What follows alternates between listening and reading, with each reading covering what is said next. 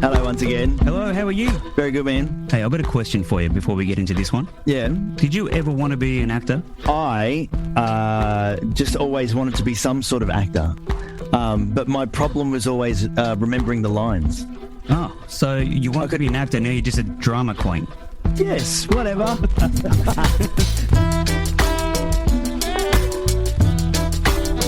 The Brown Podcast. Natalie Bassingthwaighte is our special guest on the show today, and she's going to be talking about her show, but the main crux of it is she's been very vocal about her battle with depression and anxiety and things like that, so we're going to get to her in a second. But I just want to follow up on the question you just asked at the top of the show, and that was if I ever wanted to be an actor, and I did. Mm-hmm. And I have one claim to fame in my name. Oh, I love it. Go. What is it? In my high school.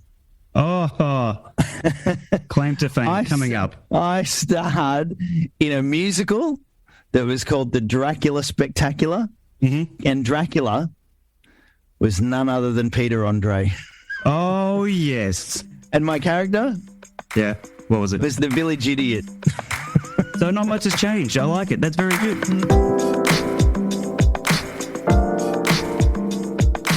Our guest today is an Australian actress.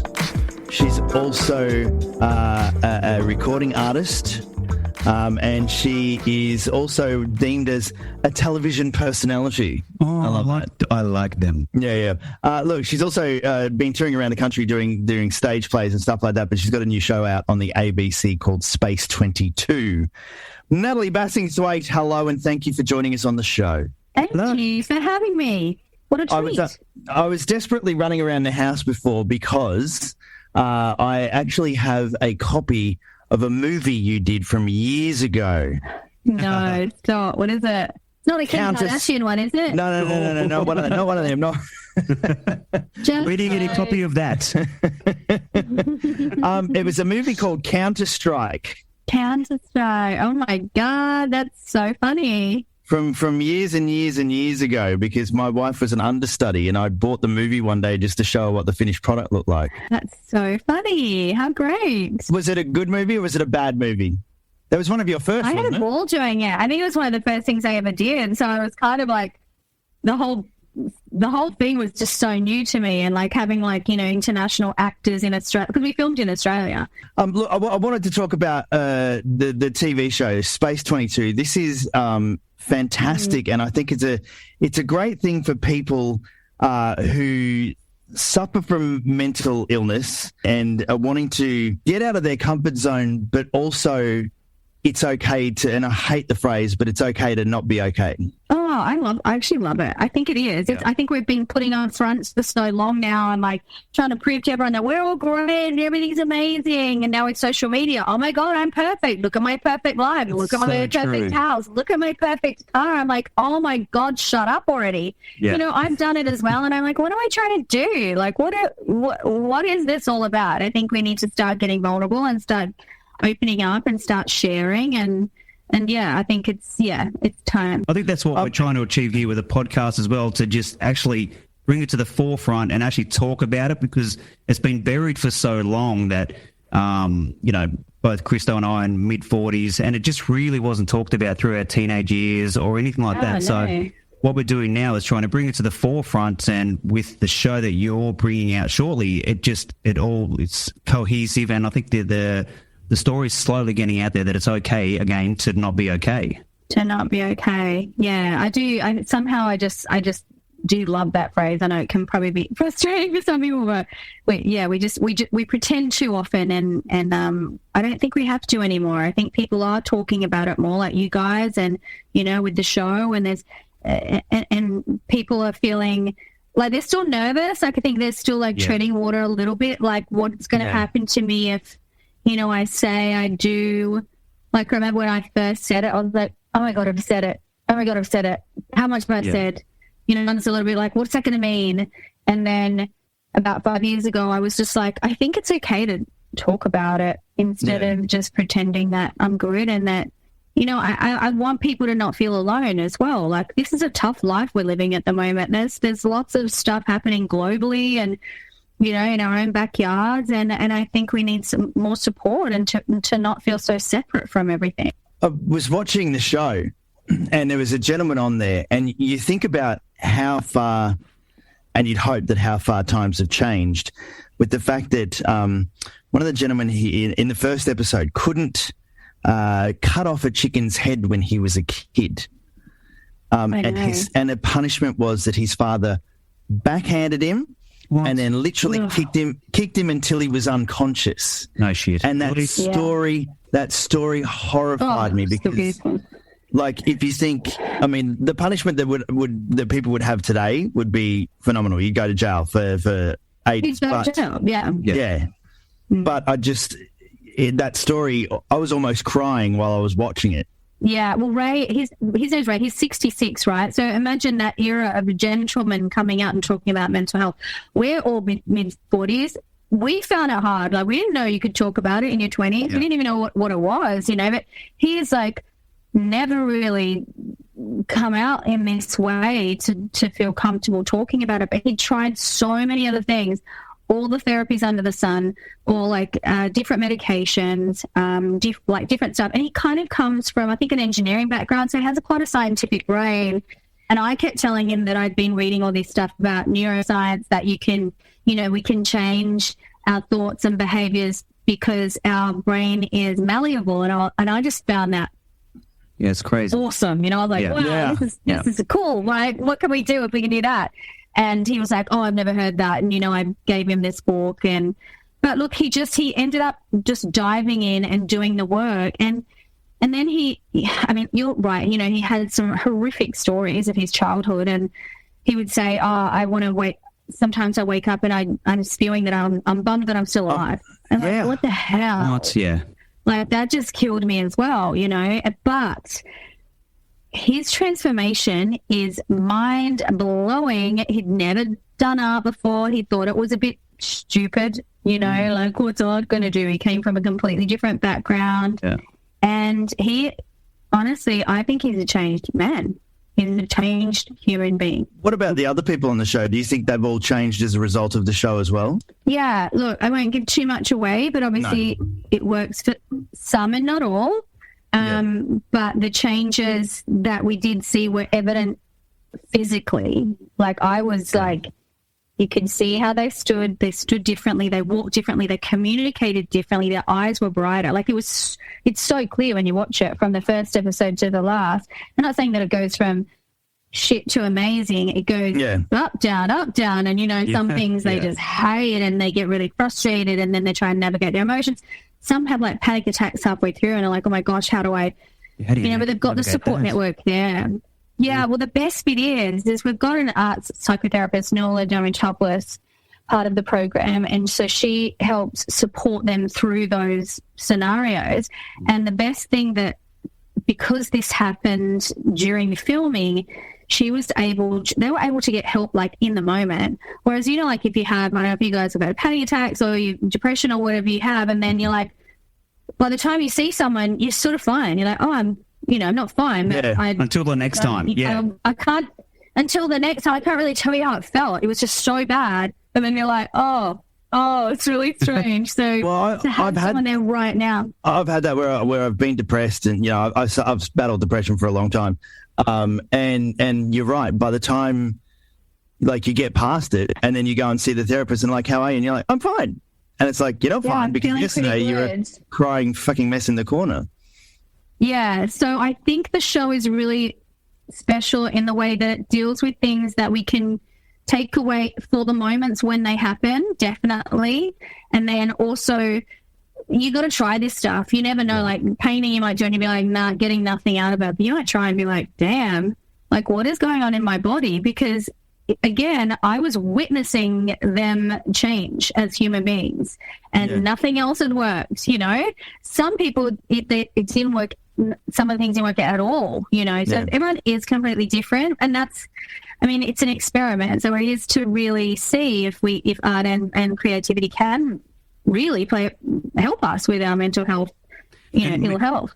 And I want to circle back to the whole cutting the chicken's head off. I remember we did that in agriculture in high school, right? So what? At this high school that I went to, part of agriculture was cutting the head off a chicken and then plucking it and all this kind of thing. And it was something that I was super uncomfortable with, but there's no way in a million years that I ever would have said to anyone around me at school that I was super uncomfortable with it. But I vividly remember watching this chicken's head get cut off at that age, but not being outspoken enough or confident enough in my skin to say, this is really horrible and I'm not comfortable with it. So I totally get how in that scenario he grows up with issues because it just wasn't. That is awful. Oh, even without the dad bit on top, even being forced to do something like that it's horrific. We're talking grade 8. We're talking grade 8 that was part of the agriculture course at the time. Could you imagine doing that in high school now? Oh, it just wouldn't happen. No, you would not be allowed. No. Let's talk about your battle. I saw in the episode, obviously, you mentioned it at some point that you were having 6 showers a day, just sitting in the bottom of the shower. I was just What was yours? A situational depression or anxiety, or was it something that was born out of a hereditary thing, or was everything just too much because you had your career? Yeah, look, I actually think that it's a bit of all of the things, there's a few triggers that I wouldn't say childhood traumas at all, because some of the things that those guys have gone through, but it was like, it wasn't like, oh, I'm not well. It was just like this slow burn of and then I would be then I got really fragile, and I just was like, what am I, I didn't fit in. I got really skinny and I just felt insecure. I didn't like who I was. And, so I think a bit neurological, to be honest. Yeah. And then also a bit situation, circumstance of life experience, the moments you're in, not dealing with certain things that have gone wrong in your life and kind of burying them, suppressing everything. And then that kind of carries on into your older life. So I was about 20-ish when I first was like a mess. And I would be like, I'd go and get crystal. I'll be like, what do I need to do? Okay, maybe I'll try crystals. Okay, maybe I'll try this. Or maybe I'll do this. I had no idea what was going on. But I would just, for comfort, I would just go and sit in the shower and I'd be like, yeah. And then I'd get out and then I would wander around it's so hard to explain to anyone unless you've been there. But it was like an out-of-body experience. Like I didn't belong. It's like someone had invaded me or I was somewhere else. It just felt like I wasn't me anymore. And it got worse and worse and worse. Saw a therapist, went on medication, but I was seeing her 3 times a week. It was pretty scary because I didn't know what was going on. Like, what is this? What's wrong with me? And everyone's like, what's wrong with you? I'm like, I don't really know. It's just scary. And then, since then, it's been a little roller coaster. For the most part, pretty good, but I have to be really careful. Like, I have to go, what things trigger me? What things can about 5 years ago, I had a breakdown. My body was shutting down slowly for 6 months. My nervous system was so shot, and I was like, oh my gosh, I can't. It was a gradual thing because before that I'd accidentally stopped taking my medication and it was only we've all done this. It was only a mild dose, but I felt nervous to never stop it because I'd done it before in the past and then I wasn't coping. So it might be psychological, but I was like, oh, I can't do it. And I stopped for a week and I thought, oh my God, I feel all right. Maybe I'm saved, I'm probably pretty good. And then over the course of the next 6 months, I started going downhill, probably because it takes a while for it to come out of your system. Yeah. And my body was shot. And then I started trying to do all these alternative therapies again, like anything I could think of. I ended up taking so many other alternative medicines to try and feel normal. Yeah. I was like, what the hell is this? And then I crashed and I went to the doctor and I said that I was shaking and I couldn't get, and I just said, I need to get back on medication. And it took another sort of, few weeks to balance out. And then it was healing. Then it was like, what's wrong with me? And I got rid of everything that no longer served me. Like I got closed down businesses. We sold our house. We moved to Byron. We had a different lifestyle.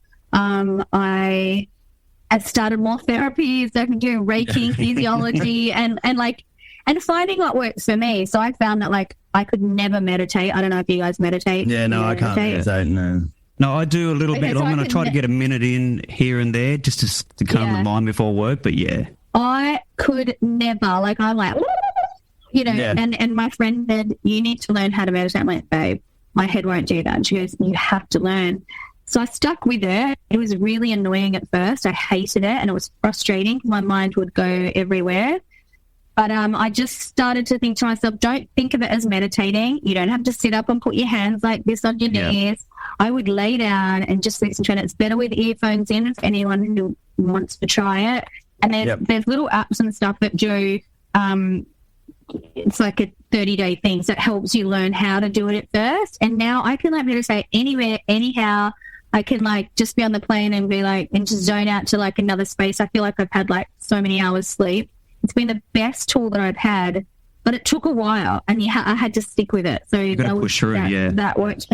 Oh, it was so frustrating. But now it's like, feel like it was like riding a bike. It's the best thing that even if I kind of go downhill a little bit, I'm like, I just need to go and meditate. I just need to go and have even if it's 10 minutes, I just need to go and listen to, yes, I've got you, you know, blah, blah, blah, blah, blah. So you do a guided meditation? Is that? I do guided meditation. Yeah, perfect. Yeah. I need to do the same thing because my mind is the same. It just takes me other places, but when I get the guided meditation, then I actually fall into it. And you know, some people can't even sit still. So if you can't sit still, go for a walk on the beach with it in, and that's your meditation. Like you don't have to. There's no rules, right? It's really just mindfulness of going, okay, I need to start listening to positive things in my brain because when you guys know when it gets negative, it's really hard to get out of that negative headspace. Yes. It's like, shut up. I hear you. Go away. You know. This is the Brown Park Podcast. Now, a word from our sponsors. This is the Brown Park Podcast with Christo and Dion. Now back to the show. I did the same thing as you a few years back. I went, the doctor said, I had this doctor and he was good, but he was kind of like, I want you to come off the medication. He said, I think you can probably do it. Wow. I want you to go and exercise and stuff like that. And I'm like, okay, I don't necessarily believe you, but you're a doctor, so I will do it. Came off the meds, same as what you did.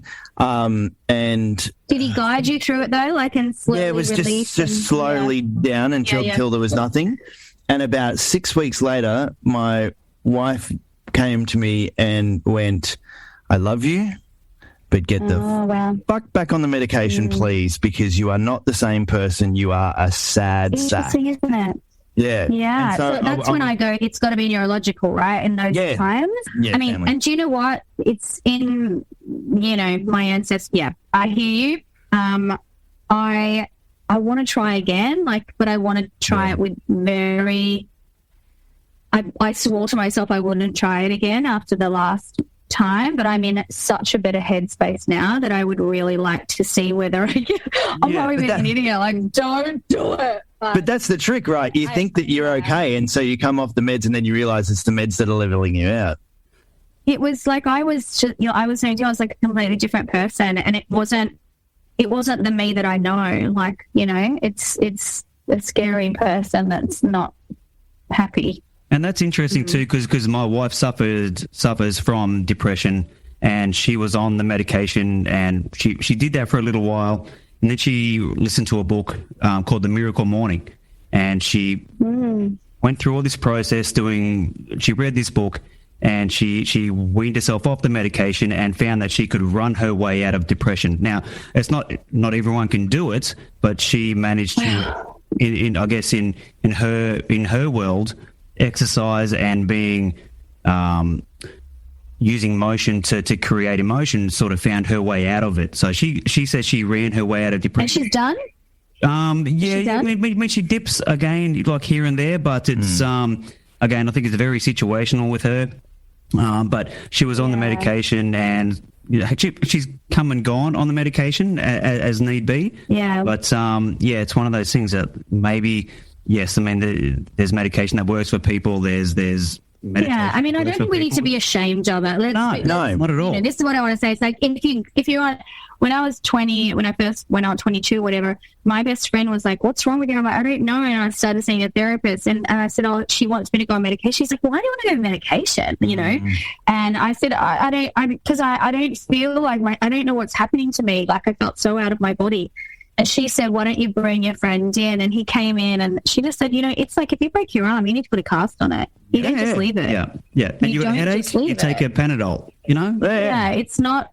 So I'm like, if you need your medication, take your fucking medication. No, nothing wrong with that. But I wouldn't mind now that I've got these other tools that I've got my meditation, I exercise, which I know I need those too.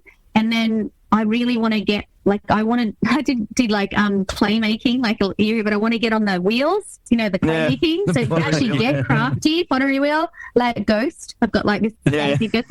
I know, I wonder whether because that's part of the show too, right? Can it be a prescription for mental health, or is it a support with your medication? I guess everyone's different. I know we're on limited time here, but when you had the breakdown, what was the turning point that you realised that things have to change? Like, was there a moment that you went, boom, all right? Yeah, my body just shut down. I couldn't get out of bed, so it was like I was like fragile, crying, like daily, nighttime, morning times, and I was just like, my nervous system was started getting worse, and then I just couldn't get out of bed, and then everything was negative, and I thought, and I just was like, I can't. I had a business, and I was like, I can't do anything. I couldn't do anything. Everything just had to stop. And did hubby call it out, or was it you that went, oh, holy shit, I'm screwed at the moment? I think it was pretty evident, but I said to him, I need to see the doctor. Yeah, good one. Yeah. Okay. And did you also have to maintain a public persona then as well, because you had commitments and things? Oh, great question. Yeah. Great question. Yeah, it is weird actually, because one thing that I did do during that really horrific time is I had 2 auditions, and I was like, I couldn't even string a sentence together, let alone get out of the bed. And they were really important auditions, but I was just like, I can't, I was like, look, I can't. And I got up and I went, my body was shaking like a leaf, like physically you couldn't see it. And the last 10 years or so, I've really quite liked it, auditioning. I think I'm pretty good at it. Even if I don't get the job, I'm like, oh, I enjoy it. It's pretty fun, like whatever. But I was like shaking. I couldn't even hold the paper without like shaking, and I could not retain the information. And I was so embarrassed. I was like, oh, sorry, what's it? Like, I've never been like that in my life. But I was just so like, why did I even go? I'm sure the director was looking at me going, what the hell is this girl doing? And I got in the car and I just was like shattered, thinking, is this me now? Like, is this the new me? Like, am I ever going to get out of this? It was terrifying. Thankfully, I did. But, I'm managing it daily. I'm really good. Still taking the meds, still Pilates, still yoga, still meditating, and about to do some clay on a wheel, I'm sure. Is hubby going to stand behind you? Like, is he going to stand behind you? Like Ghost? Is it? Yeah. Are you going to live that fantasy? We've been together 17 years, so we're definitely going to do some of that. Oh, very good.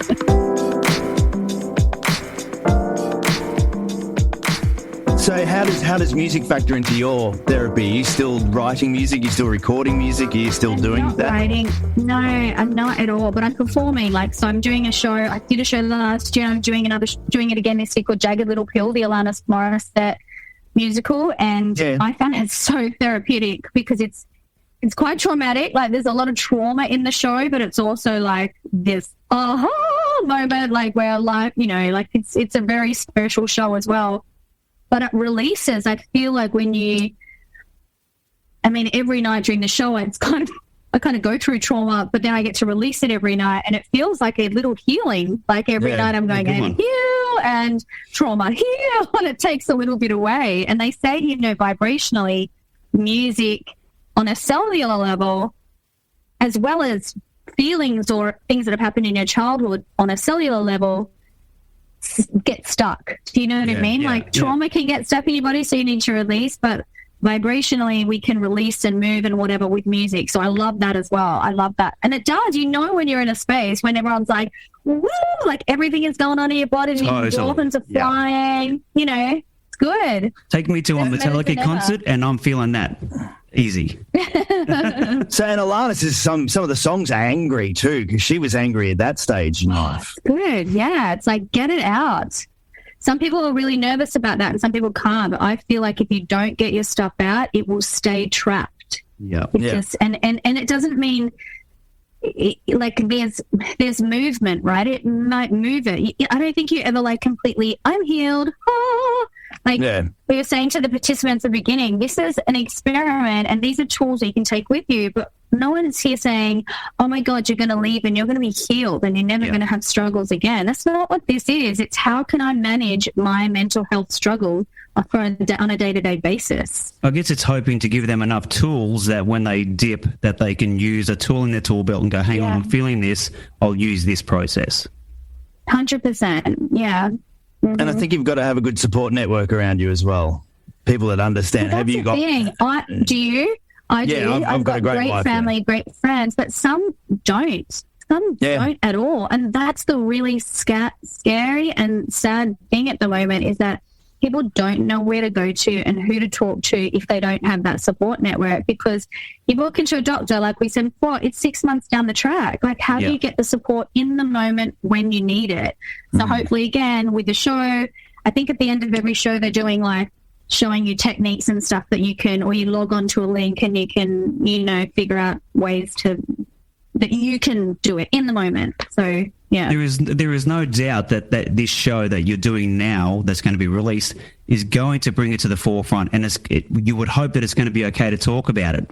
Like, there'll be so many people that don't have a support network, without a family, without a husband, boyfriend, girlfriend, whatever, that will watch the show and go, okay, well, maybe there is something there for me, where they're sitting in the couch in the shower 6 times a day going, what do I do? Yeah, 100%. And what's the Byron lifestyle like? Is it good? I love it. Like, I think I needed it, After the big breakdown, I did a retreat up here.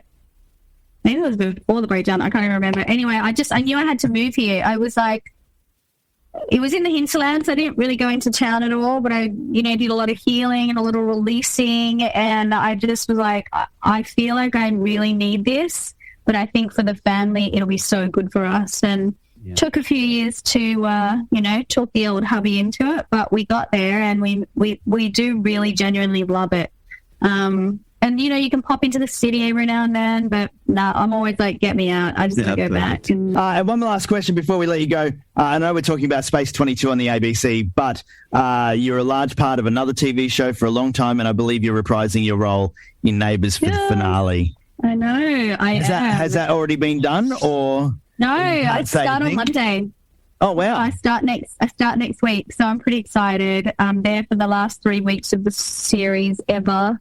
Izzy is coming back just to cause a little bit more drama before it all goes, before it all ends. And can't wait. It's going to be fun. Are you sad that the show's coming to an end after all this time?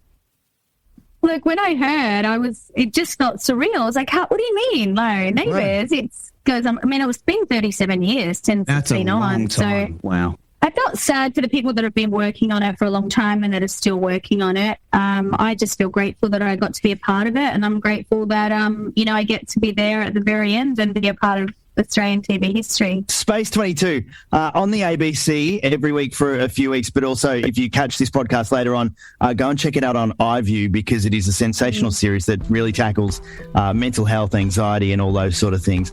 Natalie Bassingthwaighte, thank you very much for giving us your time this afternoon. Thank you so much. Thanks, guys. I really appreciate it. Yay, we did it. Thank you. Thank you so much.